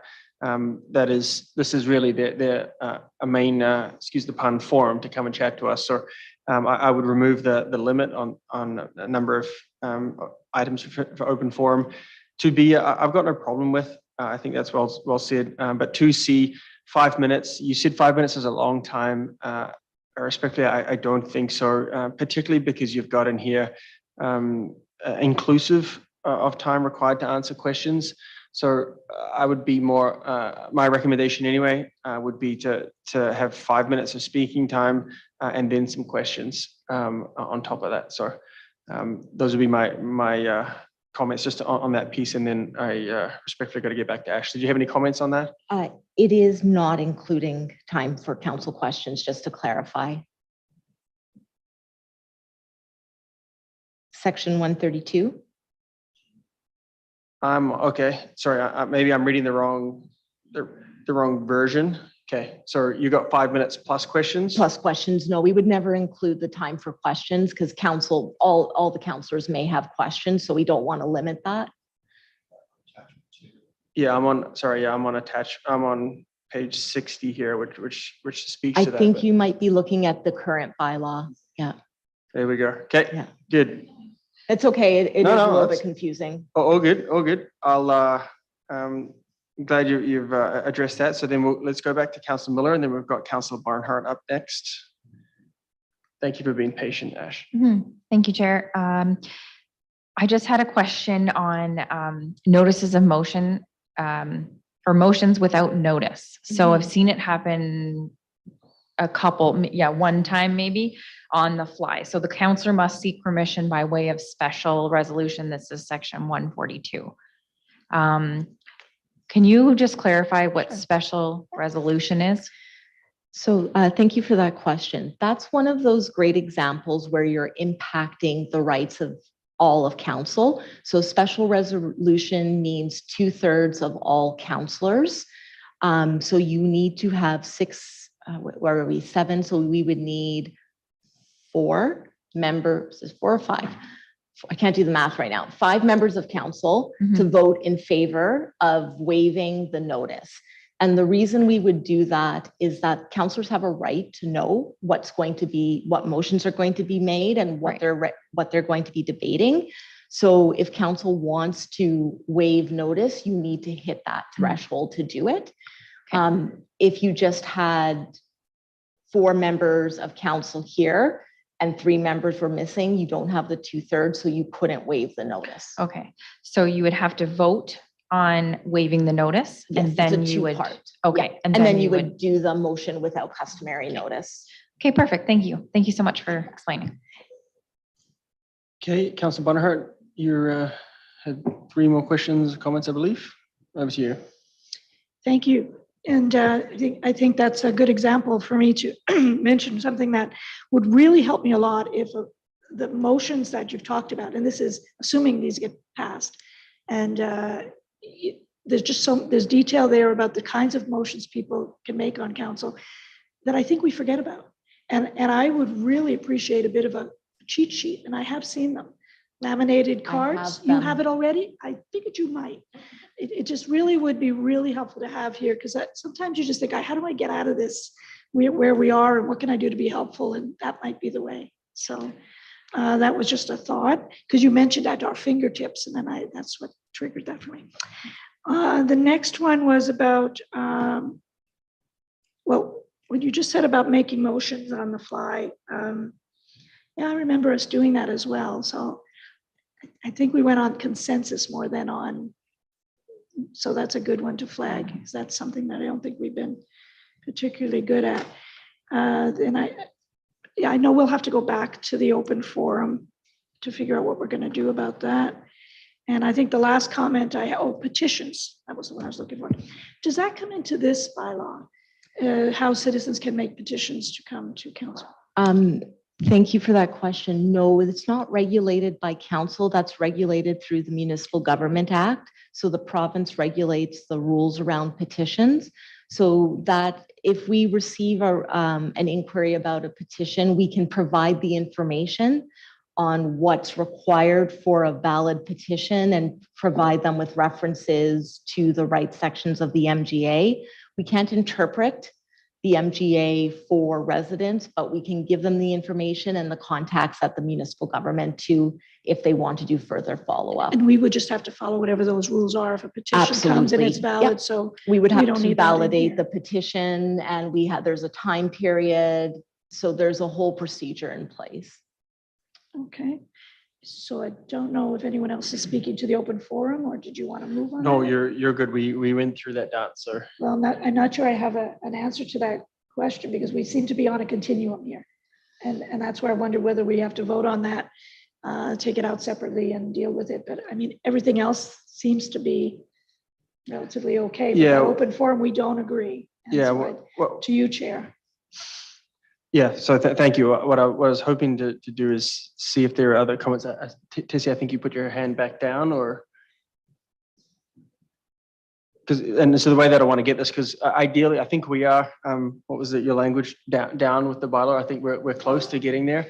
And if we can get closure on the open forum piece, then I think that'll allow you to bring it back in front of us. So I just wanted to make sure that everyone else got a chance to speak to the rest of it and then come back with the open forum. So Councillor Tessier. This is something Sorry. other than the open forum. That's okay? Outside open forum. We've gone through Okay. open forum. We will come back and see if we can land on some language here. Just a small clarification under counselor inquiry. It says you just have to submit it in writing prior to making it. Like, can I do that the night of still? Like, I know it wasn't in the old bylaw, so I was just making sure, like, because sometimes it just happens naturally. And Yes, Councillor Tessier, you would just need to provide it to us in writing. And the only reason we ask that is just to make sure we're capturing your councillor inquiry. There's a lot going on back here sometimes. And, when someone says, oh, I have an inquiry, blah, blah, blah, blah, blah, blah. Sometimes we're kind of looking at each other going, did you get that? Mm-mm. So that way we don't have to chase you down. We know where you live, but it would just be nicer if you provided it in writing, and then we got clarity and you get what you're looking for. perfect, thank you. So I guess I'd be down for the bylaw. It's good. I don't see any other questions. So let's loop back to the open forum. And now that I have the right attachment in front of me, I'll try not to embarrass myself again. It's okay. I thought I misdrafted it. I'm just so keeping you on your toes, Sandy. Yeah, you're good. So let's go there. And I think if I could summarize some of the concerns that I heard through there is whether it's the day before or not. So let's just address that. Does anyone, personally, I think it should be the day of. Folks who have a chance to read the agenda prior to, or something comes up over the weekend, it's hard to get. So for lack of a better term, where I would lean would be the day of, not the day before. But I heard other thoughts. Does anyone want to speak to that one there? Go, Tessier. Just a quick comment. I think it's like, we want to encourage people to come because it's intimidating, and less restrictions, the better. Like I do agree with the time limit. 5 minutes is good plus questions, but I want to see more people come instead of just talking in the background. I want them to come here and tell us what's going on. So yeah, I'm good with the day of. Okay, is anyone opposed? Does anyone want to go back to what's in the current new bylaw that's in front of us the day before? Does anyone want to go back? The bylaw that's in front of us that says, does anyone, so let me just rephrase this. Does anyone want the day before as the time limit? No, so I think you've heard that feedback there. That's good. I heard some comments around the 12-month period. Catherine spoke about, so 129 here. Catherine spoke about maybe every 6 months instead of 12 months on a particular topic. Does anyone have any comments on that? I think the mayor. Thanks, Mr. Chair. I guess on the 12 months, I'm just curious because the 12 months refers to a member of the public coming back on the same topic. It doesn't refer to a motion subsequent to a presentation from a member of the public that gets defeated. And then a month later, information comes to light that would have affected the vote. So a member of council who voted against the motion can say, you know what? There's new information now. I'm prepared to reopen that motion. It's a whole different kettle of fish here. So I think this is simply talking about a resident coming back on the same topic once every 12 months. It's as simple as that, is my understanding. I'm not saying you were wrong with the thought patterns. I just thought we kind of meshed the idea of a motion from council being defeated or something that's kind of a different animal. So I'm fine with a resident coming back once every 12 months on the same topic. Is how I read this. So I'm fine with it for that reason. And you're right that this is under public presentations, not under open forum. So you're under registered topic, only come back in 12-month period. So I like that. If someone brings a topic in front of us and they seek our feedback and we don't align with it, and you don't want someone coming back asking the same question on the same topic. So for me, I was okay with that. Does anyone? Sorry, Chair. Go ahead. If it's about registered presentations, then it's just in the wrong place, isn't it? It is about the open forum. So it is in the open forum section. It's line 134. Presenters will speak on their registered topic and may only address council once on a particular topic in a 12-month period. So we are talking about open forum presentations. Maybe the word registered topic is thrown Yeah, away. because you've got it on 129 as well that speaks to registered. Right, so it applies to both. So, So if it's open forum, they're not registering a topic? well, they do have to let They us do know have what to the tell a topic is, because we can't ensure that it's not a prohibited topic if we don't know what it is. Maybe Someone the word can't- register just threw us. Yeah, I understand what you're saying, but maybe there's another word, We could just take out the word register. maybe. Yeah, I struggle this one, and I'll speak to what 129 made sense to me. I'll speak to 134 here. Like if someone comes and speaks to us about, and I'll use a hypothetical example of some challenges in their neighborhood that they bring forward to us, and we speak, and then to Bill's point, like if 3 months down the road, nothing has been done. I think it'd be pretty, I would not want to be up here and saying, sorry, you can't speak to us. You spoke to us already on that. So like, I know what we're trying to do here with 134, but like, again, I guess I'll with Councillor Tessier's theme here of trying to be less prohibitive, like I struggle with 134. I would just eliminate it completely. And we would, if someone came back and forward and, try to register multiple times, then I think the mayor would just sit down with the resident and go that way. I just think what that's doing is just prohibiting folks coming in. So I personally, for an open forum piece, where they're not actually asking, there's not a registered presentation. They're not bringing a proposal necessarily. They just want to come in and speak to us. I think we should allow someone to come back within 12 months to give us an update. So, yeah. So what I'm hearing is for registered, for formal groups, presentations, we're comfortable with the 1-year limitation, but for open forum specifically, the preference would be to have no limitation. That's for me. And I recognize that, that could ultimately mean that there are residents in front of us a lot more often on the same topic. And I get that. But I think, over the last 5 years, for me personally, anyway, I've found that people come in here as a last resort, and I'd hope they would be able to get those. We've been able to resolve many of those problems beforehand.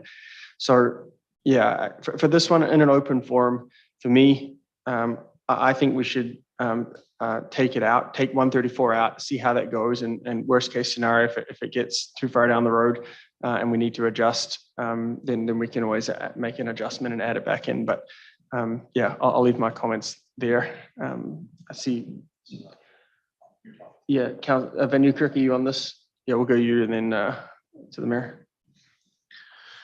Yeah, good discussion on 134 here. One perspective that I'll bring to that is it's good to have this discussion when things are going good, right? And so I'm glad that we're having this discussion now.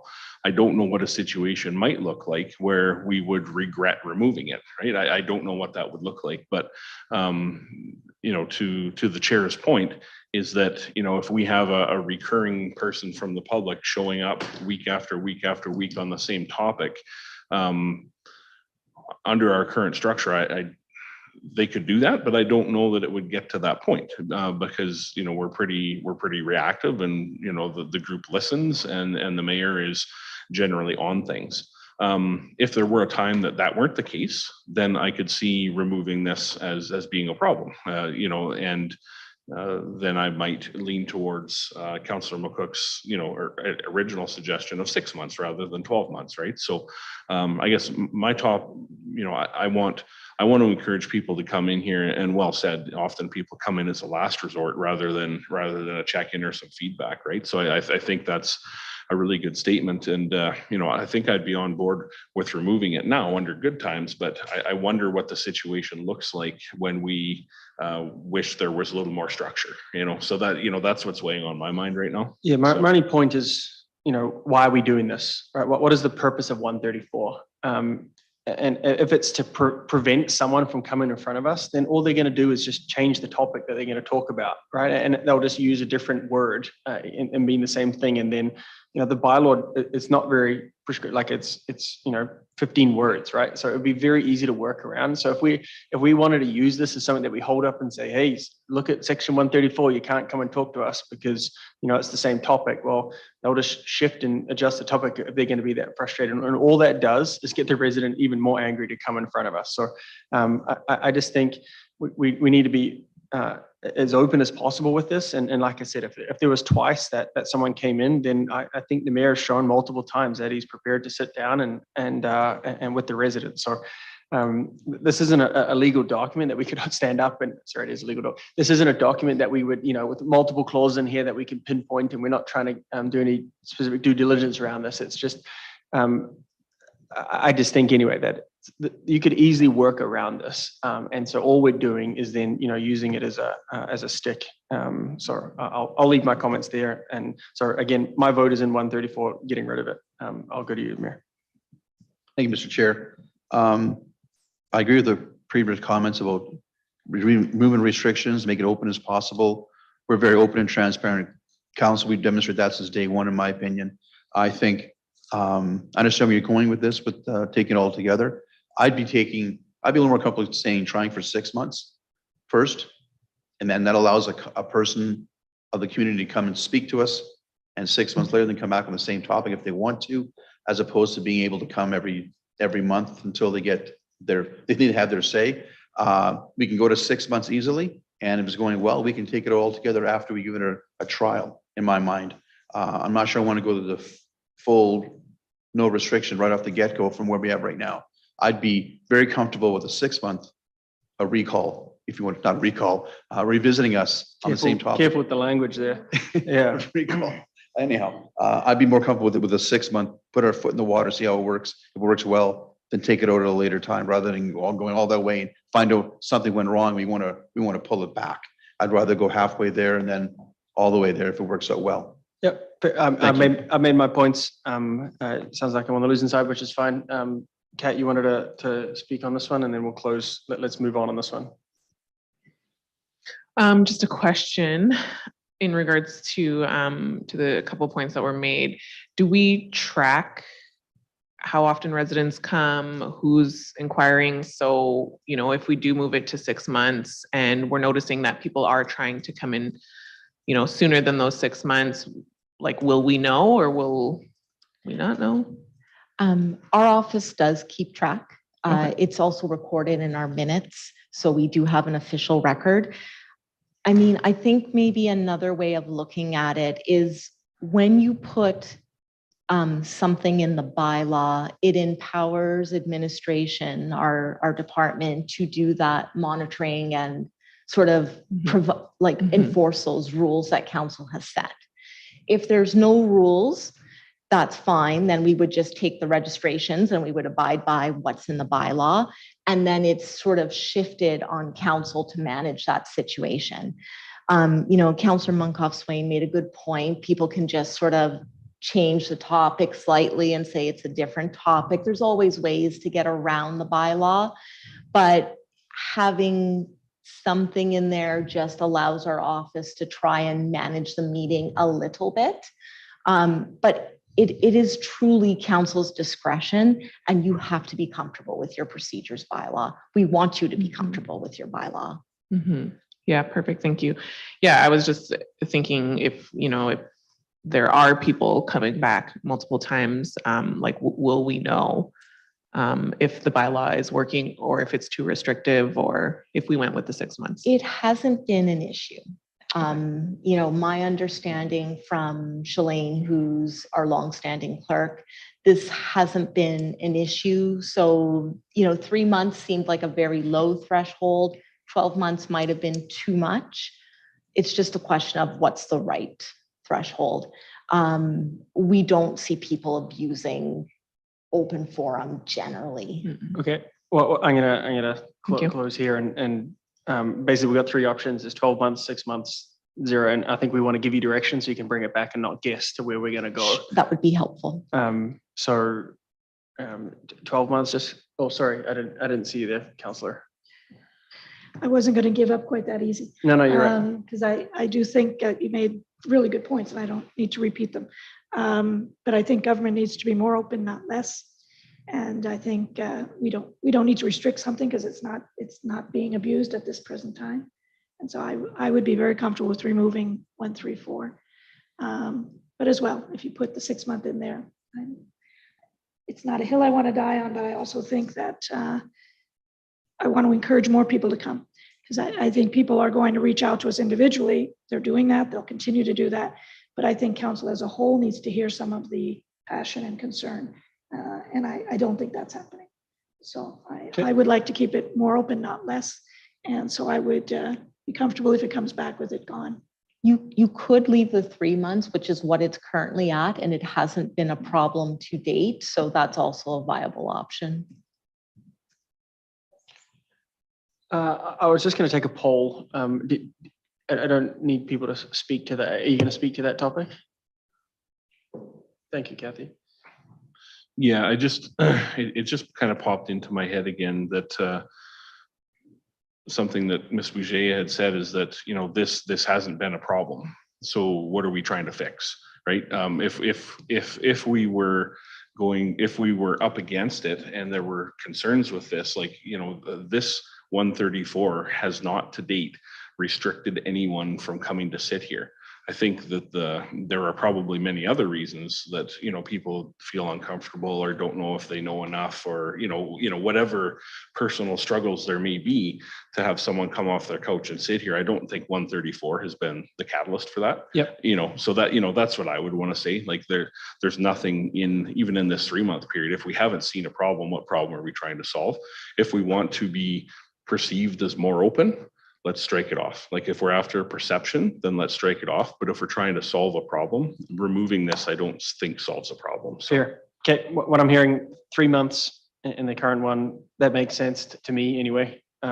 So just, we're not going to vote on this because We could take an informal poll. informal poll, that's the language.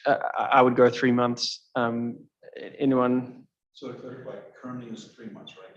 Yeah, no problem today. So they're looking to, so what I'm asking is just, is it 3 months?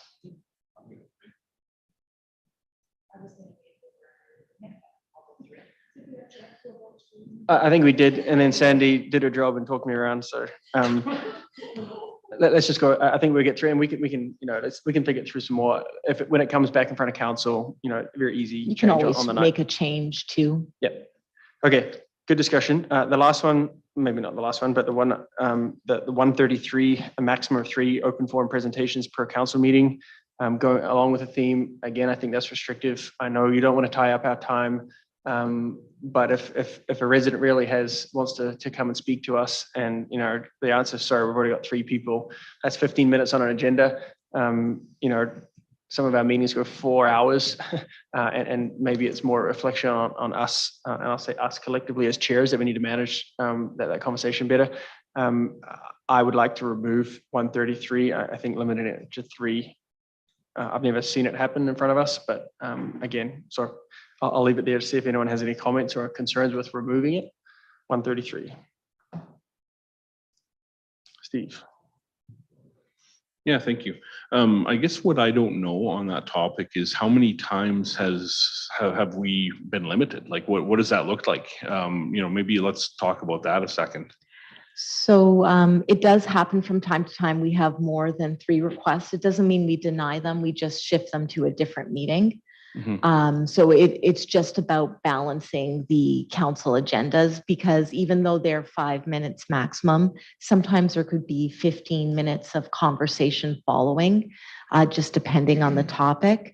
And if you could imagine a scenario where you had a large group and you had 8 people who wanted to come and speak, you're basically, that could tie up an hour and a half to 2 hours. And if it's the day before, we have no way of managing that time commitment. It does put us in a bit of a precarious position in terms of just managing the meetings. Again, this is a council decision. So I guess it depends how council as a whole feels. Yeah, no, thank you for that. And what I've seen for, you know, cities where there's full-time councils is they've went for days on topics, right? And how do you manage that, right? You're trying to weigh everyone have their say and pile on an issue or raise the rightful concerns or whatever brings people out at that moment to managing time, right? So yeah, I'll be interested to see, like I'm conflicted on that one for sure, because I do, you know, I think this one might be one of those ones that limits the number of people that come off their couch, but it also forces people to get a little bit organized too. And I think that people should get organized if they have passion on an issue and look around the municipality to try and find common themes and stuff and talk amongst themselves and come, and a united front is always strong, right? So yeah, I'll be interested to hear what others think on this one. Thank you. We do also encourage when there's multiple people who want to speak on the same topic, we often encourage them to come together and elect a spokesperson to represent the interests of the larger group. Yeah. So that's similar, another yeah. way we handle that situation. Yeah. Okay, thank you. Bill, on that one? Thanks, Mr. Chair. On this one, I'm comfortable with the current 3 maximum on a council meeting. There's 2 council meetings a month. As a compromise to this suggestion, I would look at maybe adding open forums to council committee of the whole. And that would offer 3 more slots on another Tuesday night to allow people to come and talk to council, as opposed to making it unlimited in one night, which could, in some agenda nights, be difficult if the timing works against us. I'm all for open forum. We're all are in council here, and many people come talk to as many as possible. I'm all for that. But I think 3 is currently enough. It's happened once, to my knowledge, in our current term, where we had more than 3 for one Tuesday, only once. And there were 4 different topics too. And two of them weren't really time sensitive. So one person, yeah, next week is fine for me. It worked out fine. I would propose that we add open forum to committee of the whole and create 3 more slots to let people come and talk to us rather than having unlimited on any given Tuesday. It's how I'd be more comfortable. Thank you. Legislatively, any concerns from the committee of the whole versus a council meeting for you? No, you could absolutely do that. The only limitation is if it's committee of the whole, you wouldn't be able to do a motion without notice, but you could still do a councillor inquiry. But no, that's very feasible. Okay. I see your mic. Is your mic flashing on the committee of the whole one, Councillor Miller? No. No. So let's just close on that one. Yeah. So I think that's a decent compromise as I'm trying to think through this on the top of my head. And I think this is another one where if we did get to a point, you know, I've got confidence in you, Sandy, and the team that you would come to us and say, hey, look, you know, we're coming up against it here multiple times and maybe we need to look at it. So I like that compromise of committee of the whole. I see some head nods. Is anyone opposed to adding that and recognizing that would be in a different place, but I'm good with that. So basically leaving this bylaw as is then. Okay, good. Councillor Miller, new topic. Okay, well, it's not a new topic. I was just going to feed on what Steve was saying because Sorry. he was conflicted there. So I just thought my point of view might help, but Sorry. No, that's okay. All I was going to say is that we have, we have the 3, we don't want to restrict the residents, but I think in their favor as well, by us allowing, say unrestricted amounts, it doesn't do them any service either. If we have, say, 5, 6 presentations, which we've never really have, but if we're flowing through them kind of, next, it's not really doing them a good service either. We want to take the time to actually listen and properly address their concerns. So if we don't put a restriction on it, then, you could run into that they're just getting flowed through and not really listened to. So I was just going to say that comment. Very, very sound points. Happy to lose 2 in a row in my last day as chair. So well said. Thank you for waiting for after the vote to rub it in. No, yeah, it's good. Well, very well said. I take back everything I said. So yeah, excellent. I don't see anything else here. So I think the direction that you're seeing is that, and I won't repeat the same joke for the 4th time, I promise. So I think you can bring it back to council. We do have a motion that is going to be up here ready to go. So if we could pop that up. I forgot that's me. I'm nervous what Tessier is going to say here, being the last one. Councillor Tessier, over to you, buddy. No, I enjoy you going out on a losing point. So it's, I had to take this opportunity and Sandy, that's a lot of interest on this one. So that was fun. It was exciting. It was exciting. So I will move that the June 21st, 2022 review of meeting procedures bylaw 1014-22 report be received for information. Thank you. Thank you very much for moving that motion and the commentary. We'll start the vote, please. That carries unanimously. I'm going to take that as a win in my last motion here, that it was carried unanimously. That moves us to item number 5, councillor inquiries. Anyone have any inquiries here? Mr. Mayor. Thank you, Mr. Chair. Not an inquiry, but a congratulations on your term as deputy mayor, which will draw to a close in the near future. These meetings aren't easy to chair, and you've done a very good job of them in your term as deputy mayor. I want to thank you for that. Looking forward to Councillor Barnhart taking over for the next 8 months. So there we go. So thanks, Sam, and welcome, Kathy, to deputy mayor role in the near future. Thank you. Thank you very much. Appreciate that. Any other councillor inquiries? No. Okay, with that, it's been fun. I really enjoy it. I'm not looking forward to about 2 years when Tess is up. Hopefully he goes easy on me. So we'll leave it there. That brings us to item number 6, adjournment. Happy Indigenous Peoples Day 1. Go and enjoy the sun/rain out there. Thank you. adjourned at 7 o'clock.